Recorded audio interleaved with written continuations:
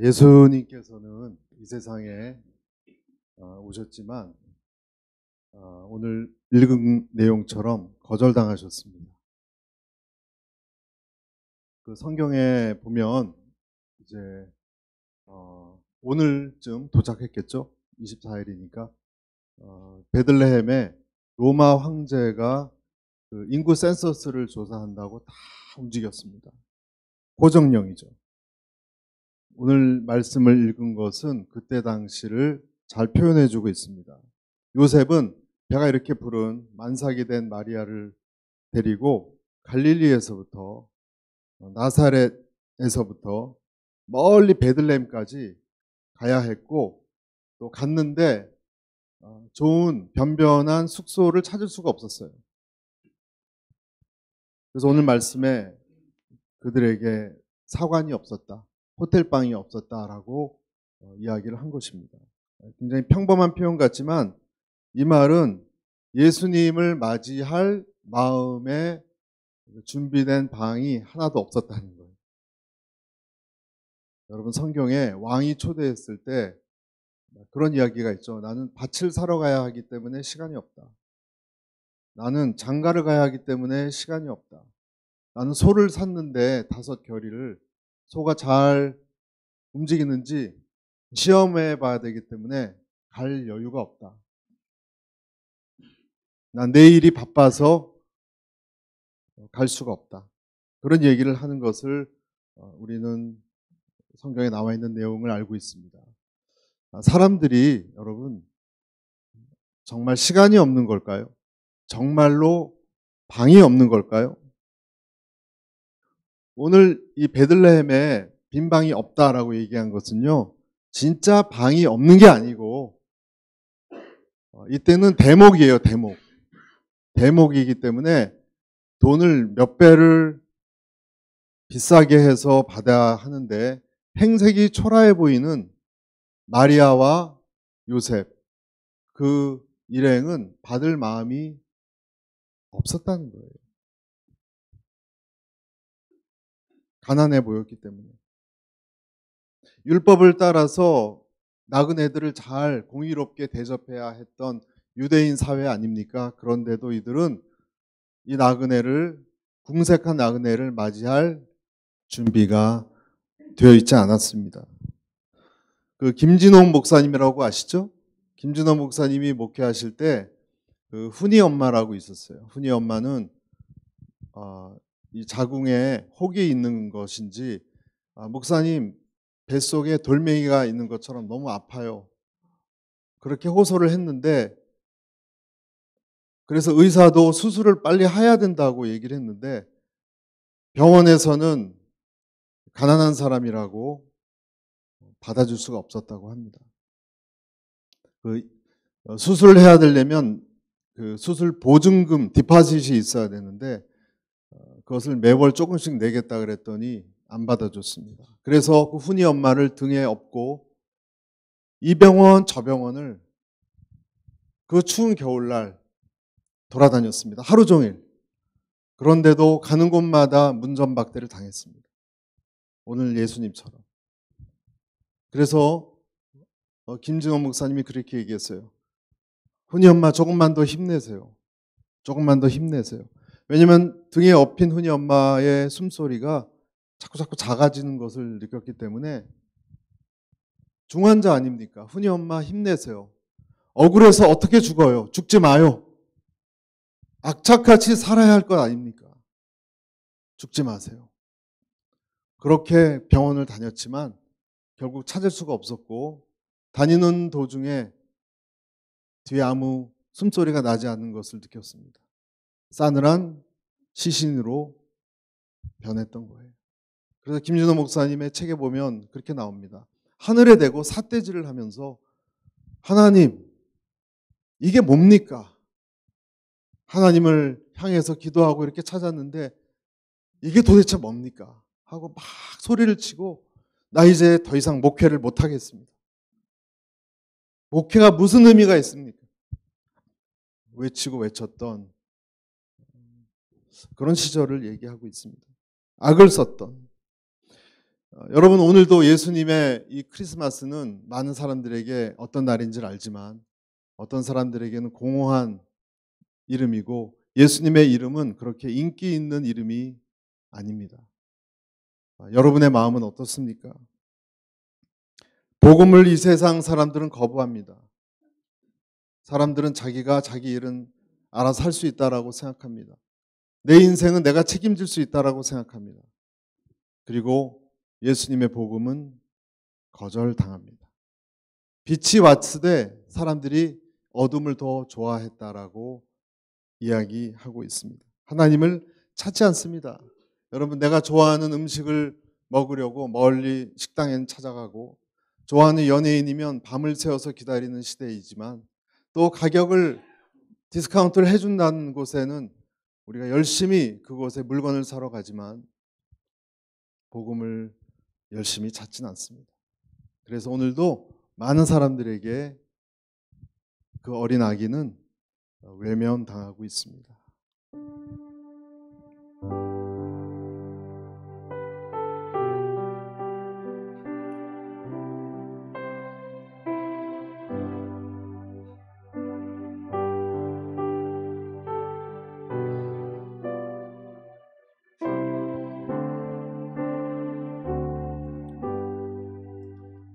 그 어린 주 예수 늘 자리 없어 그 귀하신 몸이 구유에 있네. 저 하늘 별들이 반짝이는데 그 어린 주 예수 꼴 위에 자나.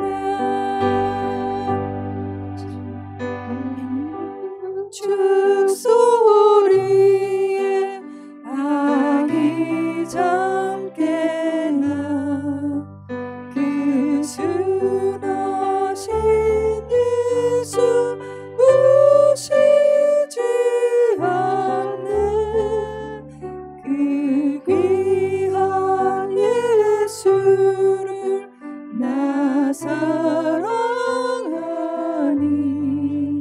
새날이 밝도록 함께 하소서.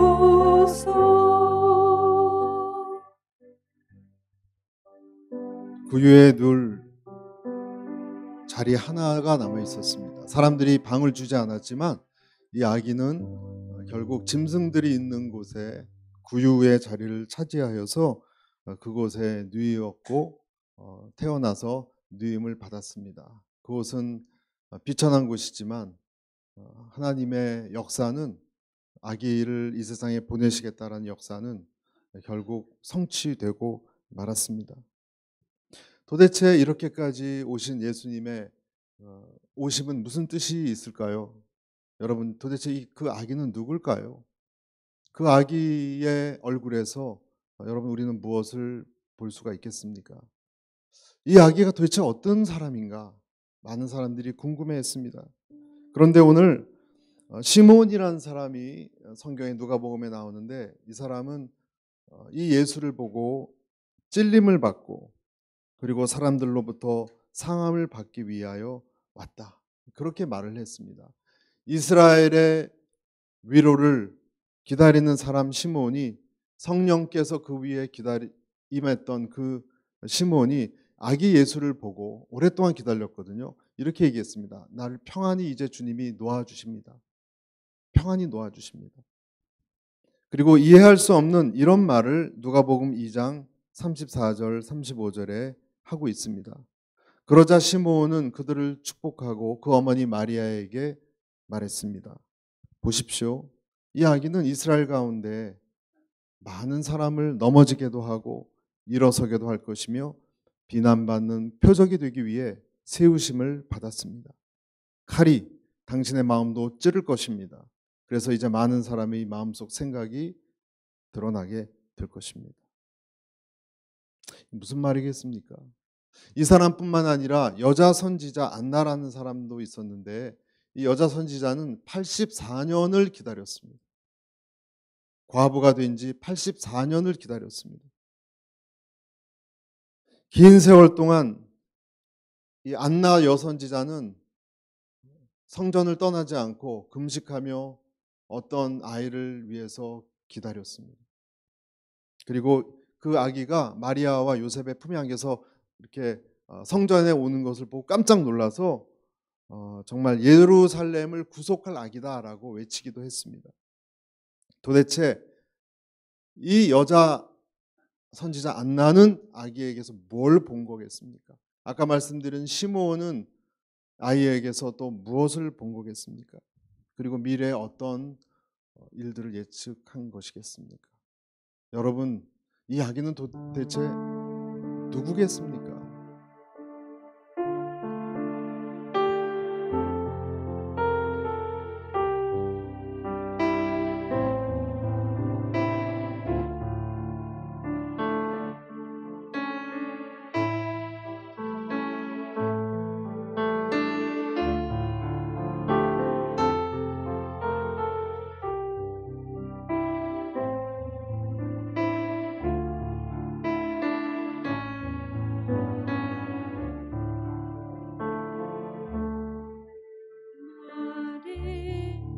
마리아 품에 자는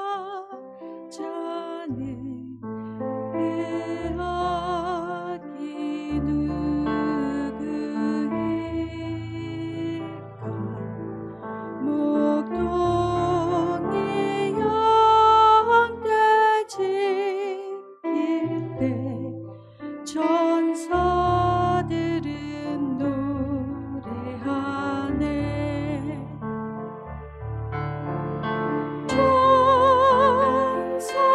천사와 목동들이 임금을 경배하네.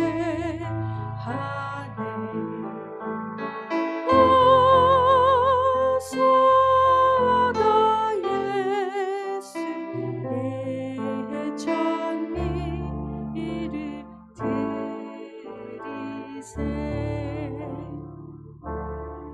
말 그릇에서 나신 아기 무슨 까닭일까? 만 백성 구하러 오신 아기 조용히 기도하네.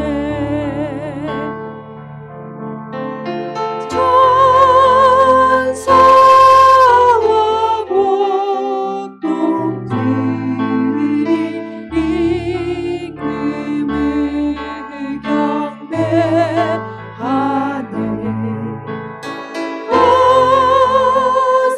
어서가 예수께 찬미를 드리세. 여러분, 표적을 받는 인생이 되겠다라는 말을 들었을 때 마리아는 어떤 느낌을 받았을까요? 여러분이 자녀를 출생했는데 누군가 와서 여러분의 아기는 사람들에게 표적이 될 것입니다 라고 하는 이야기를 들었을 때 여러분 마음이 찢어지는 것 같지 않았겠습니까? 도대체 이 아기는 누구입니까? 그 예수님이 바로 우리의 구주십니다. 우리를 위해서 저주를 받으시고 그리고 죽으실 것을 이 선지자들은 아기의 얼굴이 아름답고 예쁘지만 아기의 얼굴에서 미래에 일어날 일을 본 것입니다. 아멘. 이 아기가 너무 신비롭고 놀랍게 여겨지고 있을 때 또 한켠에서는 목동들이 양을 밤새 치다가, 여러분 밤새 양을 치는 목동들은 가장 낮은 계급의 목동들이고 목자들입니다. 갑자기 하늘에서 천사들이 나타나서 그 지역을 환하게 밝히고 여러분 환하게 밝히니 깜짝 놀랐을 거예요. 전광판이 확 바뀌는 서울운동장을 밝히는 것처럼. 그리고 그 목자들에게 천사들이 이야기를 했습니다. 뭐라고 얘기했습니까? 누가복음 2장 10절 12절에 이렇게 나와 있습니다. 천사가 말했습니다. 두려워하지 마라. 보아라, 내가 모든 백성에게 큰 기쁨이 될 좋은 소식을 너희에게 알려준다. 오늘 구주이신 주 그리스도가 다윗의 동네에서 태어나셨다. 12절 같이 읽겠습니다. 너희가 천에 쌓여 구유에 있는 이야기를 볼 것인데 그것이 너희에게 탄적이 될 것이다. 이 얘기를 듣고 이 목자들이 아기가 있는 곳을 수소문해서 찾아갔습니다. 예수님의 탄생을 찾아온 사람들은요, 밤에 양을 치고 있었던 보잘것없는 목자들이에요. 왕들한테 오지도 않았고 학자들에게도 천사들이 나타나지 않았습니다. 여러분 생각해 볼 만한 부분 아닙니까? 그리고 또 한 무리가 있었는데 동방에서 온 박사들입니다.